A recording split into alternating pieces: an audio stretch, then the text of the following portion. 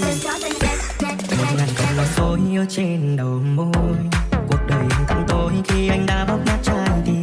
Cạnh một người dối trá mà em vẫn luôn thứ tha, em chọn làm người may vá nên em cố chịu nhiều xót xa. Giờ chẳng còn em nữa, trông anh không giống như xưa, làm gì cũng dư thừa, chẳng như khi có em kế bên. Giống như xác không hồn, rồi mất lý trí vẫn khôn, không có anh chung đường nên giờ anh chẳng còn phương hướng. Anh đã lừa dối em rồi, anh đã lừa dối em rồi.